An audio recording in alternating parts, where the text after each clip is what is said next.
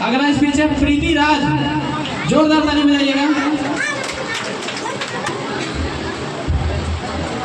हम अपनी जान को दुश्मन को अपनी जान कहते हैं, मोहब्बत की इस मिट्टी को हिंदुस्तान कहते हैं, हिंदुस्तान कहते हैं। देश मेरा जल रहा है, आग लगी है सीने में, भूख मरा सब व्यस्त है, खून गई का पीने में, राम मंदिर या बावरी का पक्ष नहीं मैं लाई हूँ, घायल भारत चीख रहा है, चीख सुनाने आई हूँ।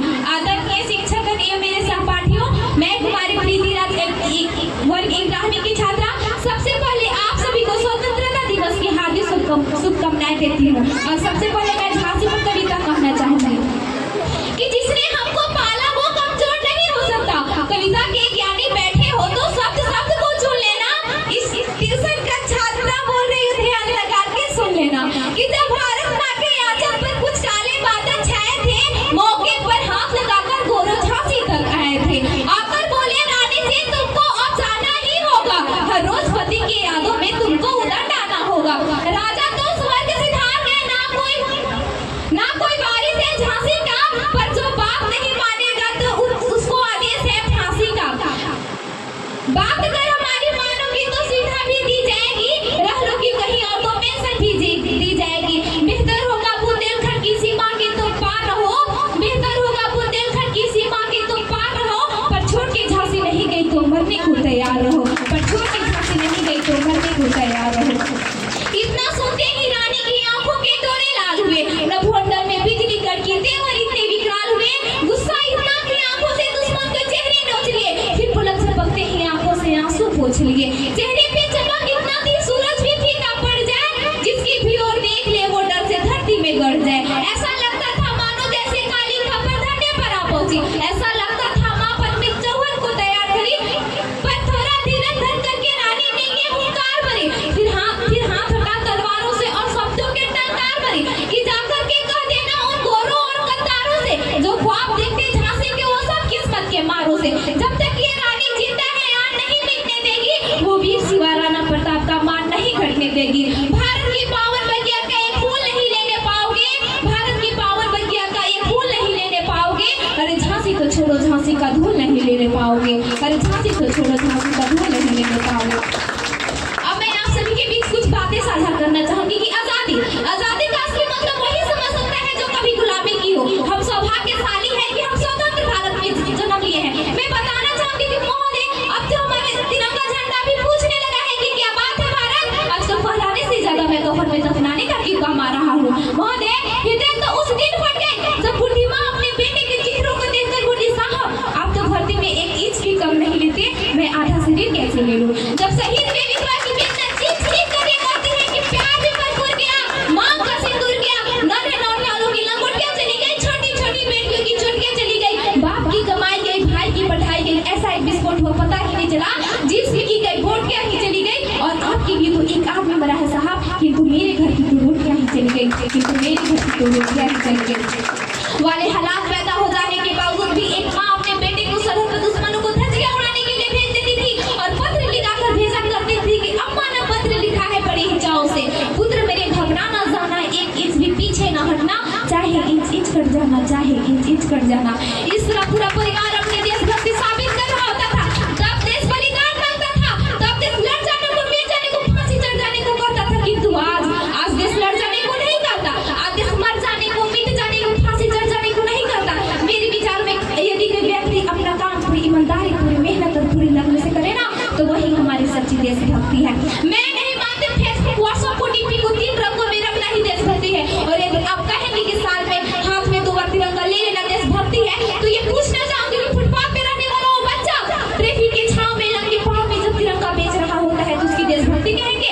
ये उसकी देशभक्ति नहीं, उसकी पेट की भूख की शक्ति है जो उसे ऐसा करने पर मजबूर करती है। क्योंकि ना मस्जिद को जानते हैं, ना शिवालों को जानते हैं, ना मस्जिद को जानते हैं, ना शिवालों को जानते हैं। जो पेट के भूखे होते हैं ना, वो सिर्फ भोजन की निवालों को जानते हैं, भोजन की निवालों को जानते हैं। अपने परिवार, अपने समाज, अपने देश के लिए समर्पण का भाव है देशभक्ति, और हर देशद्रोही के जीवन में आने वाला तूफान है हमारी सच्ची देशभक्ति, ताकि हर देशद्रोही समझ सके कि अगर तू परिंदा है तो ये आसमान तेरा है, अगर तू दरिंदा है तो ये शमशान तेरा है, भाईचारे से रहना है तू रह इस जमीन पर, वरना ये कब्र भी तेरी है और ये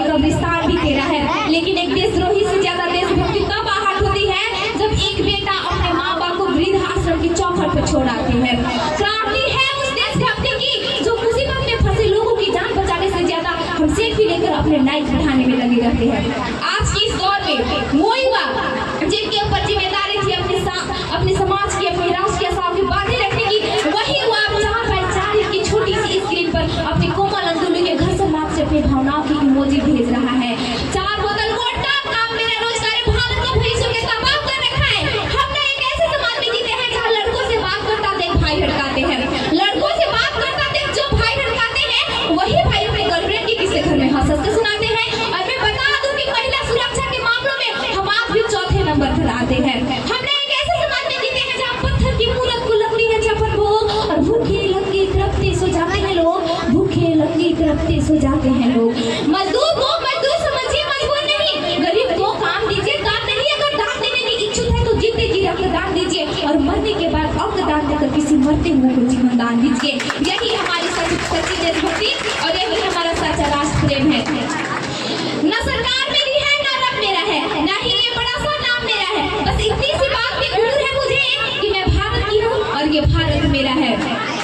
लेकिन एक बेचारी बीमारी हमारे समाज में नजर आती है। कहा जाता है हम लोग दुनिया के सबसे बड़े लोकतंत्र में है, जहाँ हिंदू पैदा होते हैं, जहाँ मुसलमान पैदा होते हैं, जहाँ सिख ईसाई भी पैदा होते हैं, लेकिन बदकिस्मती है कि अभी इंसान पैदा नहीं होते। और मेरे विचारों में न हिंदू की जरूरत है, न मुसलमानों की जरूरत है।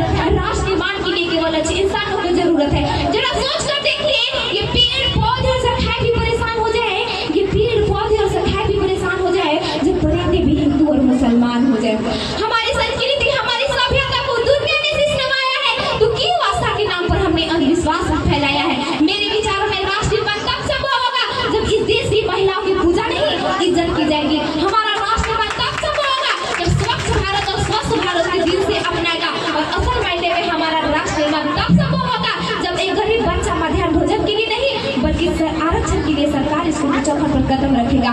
और हमारा राष्ट्र निर्माण तब तक संभव नहीं होगा जब एक नागरिक नैतिक रूप से सदीव, चैतिक रूप से भ्रष्ट, मानसिक रूप से दीवाना, धार्मिक रूप से अंधा, राजनीतिक रूप से गंदा, शैक्षिक मानव मूल्य के आंकड़ों में जीत छीनने में, फंड में अखंड भारत को खंड खंड करता रहेगा। तब तक हमारा राष्ट्र निर्माण संभव नहीं है। बड़ी बड़ी बातें नहीं, छोटी छोटी कोशिशें करनी होगी, क्योंकि ठोकर पहाड़ से नहीं पत्थरों से लगा करती है। और मैं सैल्यूट करना चाहूंगी सड़क पर दिन रात हमारी रक्षा के लिए हर उस जवान को, पुलिस, प्रशासन और किसान को, और देश के उस व्यक्ति को जो अपना काम पूरी ईमानदारी, पूरी मेहनत और पूरी लगन से करते हैं, जिनके बिना राष्ट्र निर्माण का कल्पना करना भी असंभव सा लगता है। और आज मैं इस मंच पर पूरी जिम्मेदारी के साथ में भारत की बेटी ये कहती हूँ कि हमारा राष्ट्र निर्माण तब संभव होगा जब हम सभी, मैं, आप, हम सब मिलकर प्रयास करेंगे, क्योंकि हमारी देश की जिम्मेदारी थी हमें आगे ले जाने की, हमारी जिम्मेदारी है अपने देश को आगे ले जाने की। तो अंत में मैं कुछ सहज करूंगी। किसी का अपना हमेशा के लिए खो गया, रोता रहा पूरा परिवार और पूरा देश स्टेटस लगाकर सो गया। किसी के गोद उठी और तो किसी की मांग, और किसी के सर से बाप का साया, और हमने तो सुना बस एक नौजवान शहीद हो गया। रोंगटे खड़े हो जाते हैं और हम अंदर से डर जाते हैं। आज भी सुनते हैं जब उनके किस्से तो आंखों में अश्रु भर आते हैं। कितना आसान नहीं होता हिफाजत वतन का करना, कितना आसान नहीं होता हिफाजत वतन का करना। कितनों की लाशें नहीं मिलती और कितने टुकड़ों में घर आते हैं।